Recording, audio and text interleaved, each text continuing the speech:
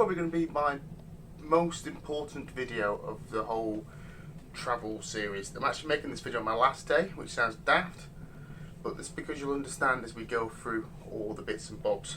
So before you get a cruise card, you have to fill in a little bit of paperwork. Quite a bit of paperwork, unfortunately, but it is doable, so don't put off, because just following the simple steps and you'll be on your cruise before you know it. So one of the essential things you need to do is get your COVID passport. That is an essential part of your cruising package. So you want to go and print off your COVID passport. You can be modern and use on your phone. I'm old school in case my phone broke or something like that. So you need my COVID passport. That's one of the things you need to get on a cruise.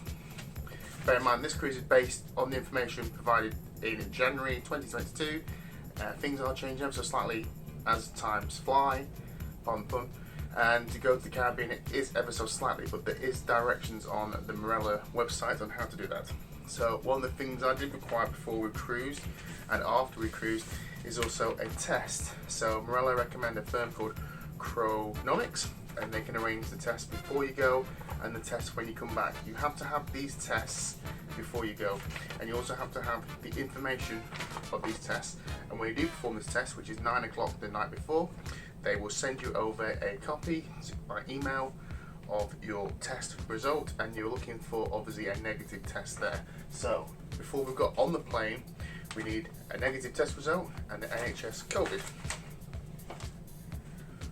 One thing you will require is also adequate travel insurance. Now, if you're going on a cruise, you need to have cruise cover on your travel insurance. Also, you do require to have COVID cover on your travel insurance. Most of them do cover nowadays, but that's another essential thing. You won't actually need to show this until we get to the boat, but that's another essential thing so far. So we've got travel insurance, cruise, test, COVID, passport. Okay, we're getting there, don't worry. So before we fly off to Spain, on this particular cruise around the Spanish islands of the Canaries, we needed to get a letter from the Spanish government, which you can apply for online. There's no charge for this.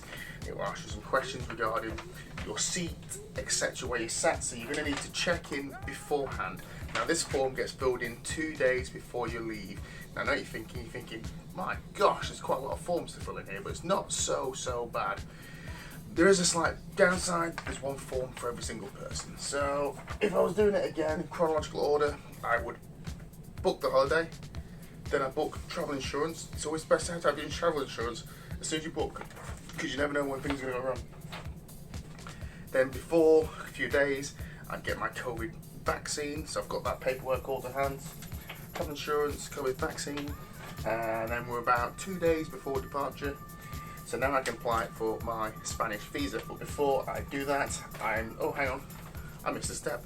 After I've done all that, after I've got my vaccine passport and my travel insurance, I'm then going to apply for my tests. The test will change as time goes on, so the test will be different depending on your cruise and when you're coming back, etc.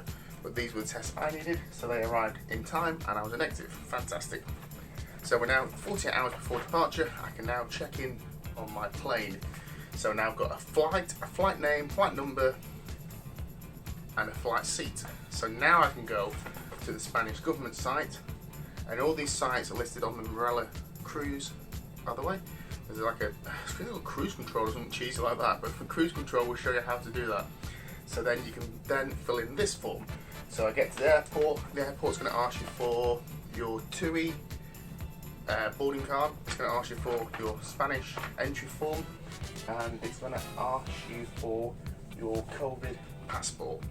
That's the only three things, it's only three things the plane people, or up until getting to the cruise, is going to ask you. All the other paperwork you do not need at this particular point in the airport. You need your passport as well. If I've forgotten anything, that's because I'm trying. It does vary and it's hard, but I think I'm right so far.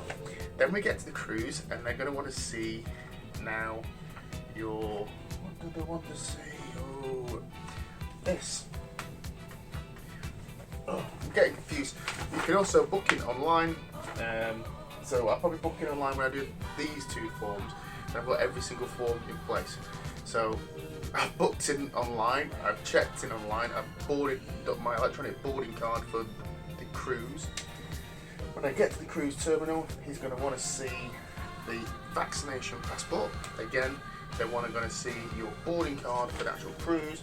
They're going to see your travel insurance for the cruise, and they're going to see your negative test result for the cruise. And once you've done all that, you'll be on your cruise. So, several margaritas later, maybe a chinzano or whatever you're doing, maybe a dance and a hot tub, you're going to want to go home. So, in the cabin, they do show you information how to go home. There's a door, go that way.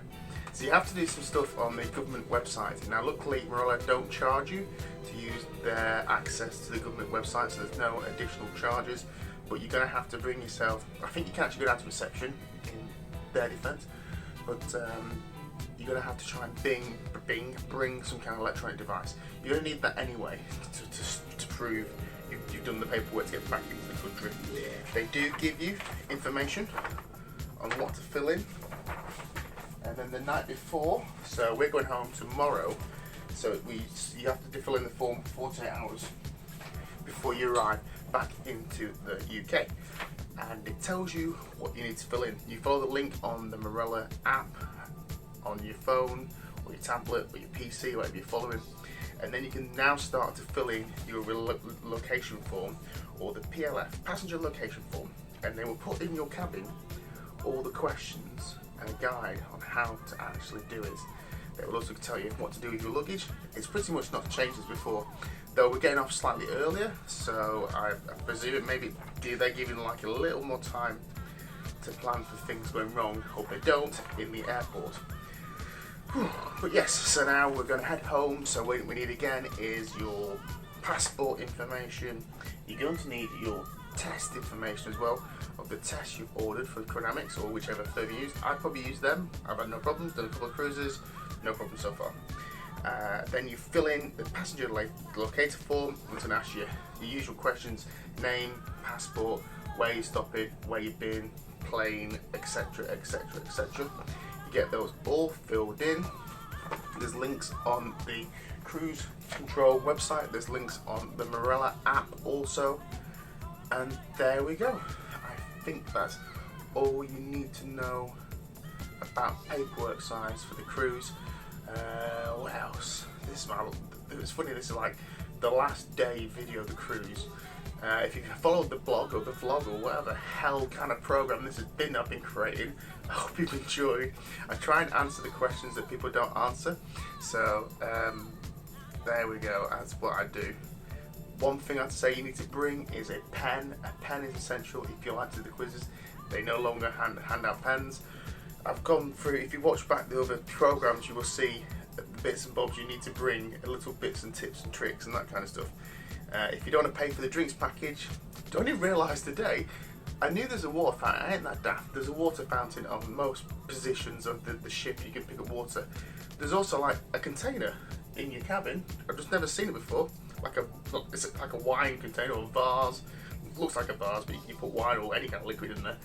You can go and fill that up at the thing and put it in your fridge, which we've got the camera set on now, and away it goes. You just saved yourself, if you're getting the drinks package just for the water, you saved yourself a fortune there. Oh, it's been a week and I've really enjoyed it. I was nervous about this. I bought all my gear to make loads of videos and do loads of blogs and stuff and get it all loaded. And I'll tell you what, I haven't done it. That's because I've been having too much fun enjoying my Marella cruise. So, back to the original question I was asking with myself. Is cruising back in 20... No one's told me my beard looks awful, by the way. Why has no one told me that? Is cruising back in 2022? And I can honestly say it's back, and in certain aspects it's probably better than ever. This is my opinion. You may not like certain aspects, but for me, some of the bits and bobs I didn't like, they've changed, and now I kind of like love it all again. So there we go. Anyway, thank you for watching. Hope you've enjoyed all the vlogs. If you have, please click like and subscribe. If you haven't, please click like and subscribe as well. See you later. Bye.